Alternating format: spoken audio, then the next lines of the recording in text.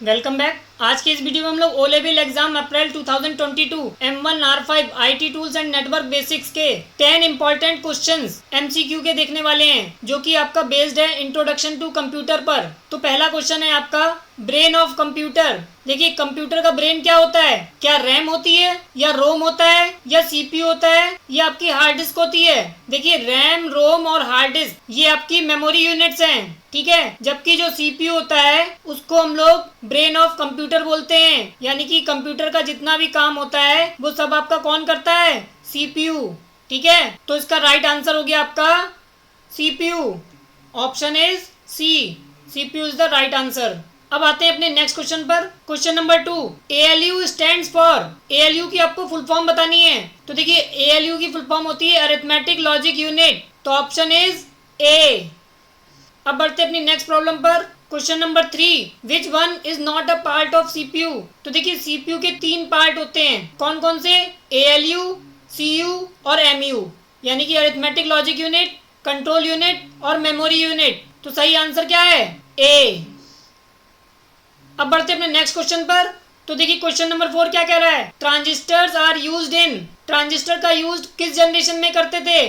तो देखिए, first generation में आपका वैक्यूम ट्यूब यूज होती थी, थर्ड जनरेशन में आपकी आईसीज आ गई, फोर्थ जनरेशन में VLSI। तो option is second generation. Second generation में आपका ट्रांजिस्टर्स आया था, तो ऑप्शन इज बी। तो अब बढ़ते अपने नेक्स्ट क्वेश्चन पर। Question number 5, compiler is used to. Compiler का यूज क्यों किया जाता है? ऑप्शन है आपके convert machine language to assembly language. क्या कंपाइलर का यूज मशीन लैंग्वेज से असेंबली लैंग्वेज में कन्वर्ट करने के लिए यूज करते हैं? देखिए, ये ऑप्शन तो बिल्कुल ही गलत है। हमें मशीन लैंग्वेज से कन्वर्ट करने की क्या जरूरत पड़ गई? हमें तो समझाना किसको था? मशीन को ना। तो हमें तो मशीन लैंग्वेज में कन्वर्ट करना था। तो ऑप्शन ए तो वैसे ही गलत हो गया। ऑप्शन बी को देखिए, convert assembly language to machine language. देखिए, जो जिसका काम है वही तो करेगा, ठीक है। जो असेंबली लैंग्वेज को कन्वर्ट करता है मशीन लैंग्वेज में, वो करता है असेंबलर, ना कि कंपाइलर, ठीक है। तो कंपाइलर क्या करता है? कंपाइलर आपका हाई लेवल लैंग्वेज को मशीन लैंग्वेज में कन्वर्ट करता है। और अगर डीप में समझना चाहें तो समझिए, जो आपका कंपाइलर होता है वो भी डायरेक्टली हाई लेवल लैंग्वेज को मशीन लैंग्वेज में कन्वर्ट नहीं करता, बल्कि क्या करता है? वो हाई लेवल लैंग्वेज को असेंबली लैंग्वेज में कन्वर्ट कर देता है। देन रोल आता है असेंबलर का।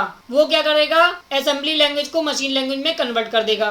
तो अगर हाई लेवल लैंग्वेज को मशीन लैंग्वेज में कन्वर्ट करना हो तो केवल असेंबलर से काम नहीं चलेगा, है ना। तब आपको कंपाइलर की जरूरत पड़ेगी, ठीक है। तो ऑप्शन इज सी। अब बढ़ते अपने नेक्स्ट क्वेश्चन पर। Question number 6, scanner is an. तो बताइए, स्कैनर क्या है? Input device, output device, memory unit, none of these. तो देखिए, आपको इनपुट और आउटपुट के बारे में एक चीज पता होनी चाहिए। वो डिवाइसेस जिनके थ्रू हम सिस्टम को इनपुट भेजते हैं, तो वो आपके कहलाती हैं डिवाइसेस इनपुट डिवाइस। और अगर सिस्टम से डेटा बाहर आ रहा है तो वो डिवाइसेस कहलाती हैं आपकी आउटपुट डिवाइस। तो क्या स्कैनर से आप क्या वर्क लेते हैं? आप फोटो को स्कैन करके सिस्टम में या अपने मोबाइल में भेजते हैं ना, तो यानी कि वहां पर एक तरीके से आप इनपुट ले रहे हैं। तो ऑप्शन इज ए। अब बढ़ते अपने नेक्स्ट क्वेश्चन पर। Question number 7, MICR stands for. आपको केवल MICR की फुल फॉर्म बतानी है।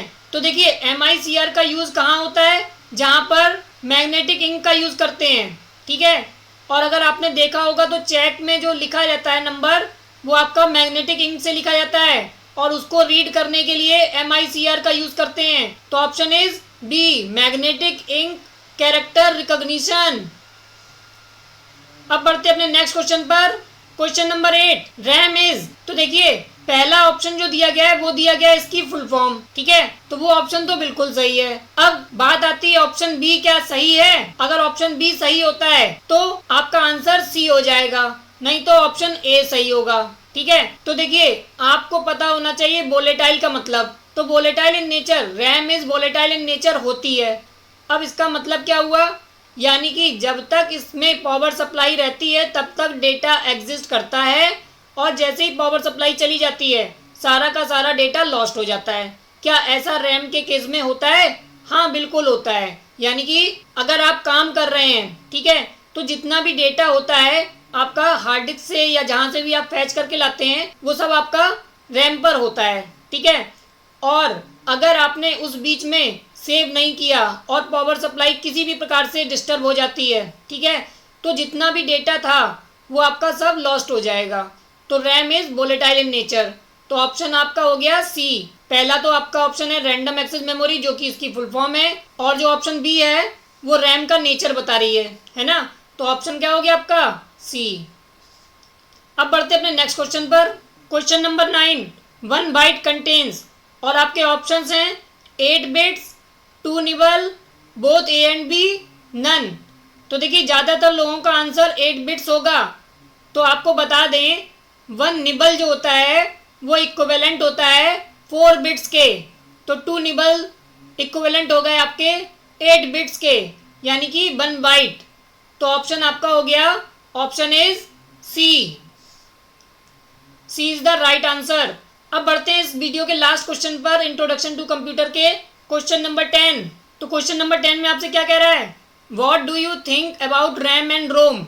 ठीक है, अब आपको रैम और रोम के बारे में बताना है। ऑप्शन है आपका आर बोथ प्राइमरी मेमोरी, क्या रैम और रोम बोथ प्राइमरी मेमोरीज हैं, या फिर RAM is primary but ROM is secondary, या फिर ROM is primary but RAM is secondary, या ऑप्शन नन है। तो देखिए हम आपको बता दें, जो आपकी रैम होती है और जो रोम है दोनों ही आपकी प्राइमरी मेमोरी होती हैं। ठीक है, तो ऑप्शन आपका क्या हो गया, ऑप्शन इज ए। तो आई थिंक आपको सारे क्वेश्चन समझ में आ गए होंगे। अगर आपको अभी भी कोई डाउट है तो आप हमें कमेंट कर सकते हैं। साथ ही साथ आप हमें कमेंट करके बताइएगा कि आपको ये वीडियो कैसा लगा। अगर आपको ये वीडियो अच्छा लगा हो तो इसे लाइक करें, शेयर करें, और अगर आपने हमारे चैनल को अभी तक सब्सक्राइब नहीं किया है तो इसे सब्सक्राइब करें, और हाँ बेल आइकन पे क्लिक करना ना भूलें ताकि आपको नेक्स्ट वीडियो की नोटिफिकेशन सबसे पहले मिल सके। नेक्स्ट वीडियो में हम लोग इसी के आगे कंटिन्यू करेंगे। Thank you.